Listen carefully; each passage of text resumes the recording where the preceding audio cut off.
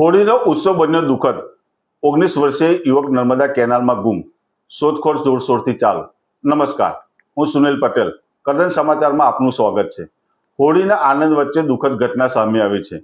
વડોદરા જિલ્લાના સિનોર તાલુકાના મોટા કરાડા ગામ નજીક 19 વર્ષીય યુવક નર્મદા કેનાલમાં ગુમ થઈ જવાની ઘટના સામે આવતા વિસ્તારમાં ચિંતા છવાઈ ગઈ છે।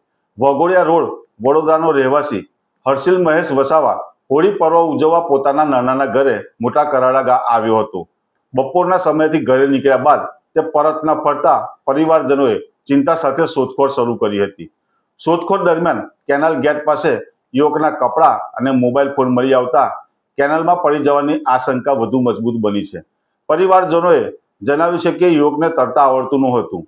ઘટનાની જાણ થતાં કરજણ ફાયર ટીમ દ્વારા બોટની મદદથી કેનાલમાં સઘન શોધખોળ શરૂ કરવામાં આવી છે।